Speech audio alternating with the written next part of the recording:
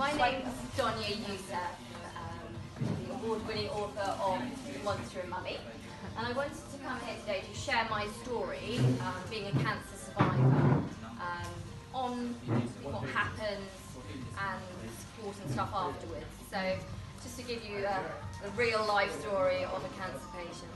So on April the 21st last year, I got diagnosed with breast cancer. 2 very large tumours had actually spread to my lymph nodes. Mother of 39 at the time with 2 very young children, 18 months and just turned 5. I just thought my world had come to an end. So I'd been out the night before, the first time, and I woke up in the morning and I felt a lump underneath my armpit, which was strange. I haven't had a lump under my armpit before. So then I phoned up my dad, who is a doctor, and I said to him, "Dad, I've got this really strange lump underneath my armpit." And he said, "Have you checked your breasts?" And I was like, "No, because I've just been breastfeeding the child." He said, "Please do that for me and phone me back." So I did. One felt definitely different to the other, but it didn't feel like a lump. And to be fair, I haven't really checked in the past. Breast cancer was just not on my agenda. So I said, phone you back, said, it feels really hard, but it doesn't feel like a lump. It just feels like some bone or part of the bone. So never in a million years. He said, "Just go to the GP, please, on Monday and get them to check it out." So I did. So I went to the GP, and the woman was quite concerned. She said, "I can feel 2 very hard lumps and I need to refer you straight away." So then I sort of thought, huh? And I kind of thought, well, I'm not going completely mad. You know, there are lumps there then. So they referred me to Basildon Hospital. I went to the hospital and they did a mammogram. As soon as I had the mammogram, they picked up abnormalities. So there and then they sent me for a biopsy. I went for the biopsy and there was like huge needles, and probably about 6 of them in each tumour now. And so I said to the guy, I said, what is this? You know, this? I didn't know what it was. So they said, there's 50% chance, it's cancer. Cancer?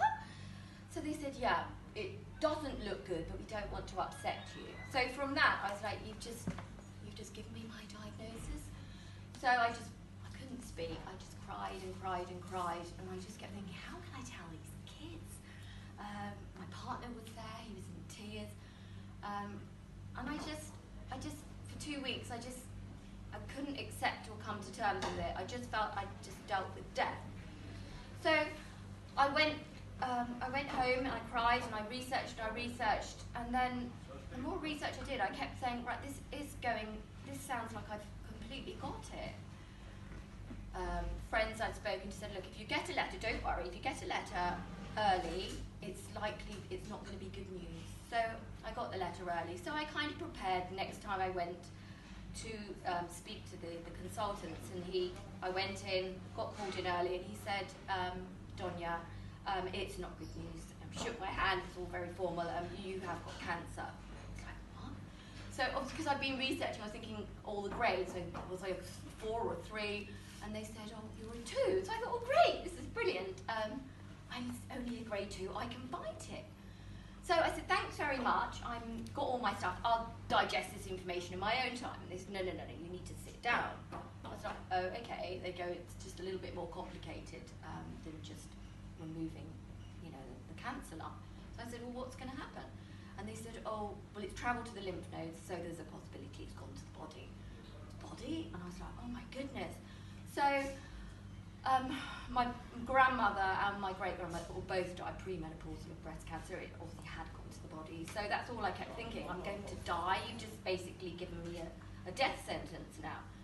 So I said, look, we're going to have to start you on chemo. The tumours are very large. There's a 7.5 centimetre tumour in the breast. There's a 5 centimetre tumour in the breast, and there's a 3 centimetre tumour in the axilla. So I was like, oh my goodness. And I couldn't feel any pain in the breast. You don't feel anything. So after that, I said, okay, I'll do the chemotherapy. Does that mean I'm going to lose my hair? I had really long hair. They said, yes, it's very likely you're going to lose all your hair. And I said, well, what about my children? They said, well, you know, we'll support you as much as I can. And I just said, am I going to live? we'll do everything we can to get you through the first year, but there is a 40% chance you might not make it. So I thought, oh my goodness. So I didn't know where to look or where to turn. I was like, I saw my kids and I just broke down in tears, and I just thought, this is all too much, and I couldn't cope with it. And I thought, I don't know how I'm going to tell the children. So for 2 weeks I solidly cried, and I thought, I've got to adapt or change my mindset. I'm not helping my family here. I'm not helping my children.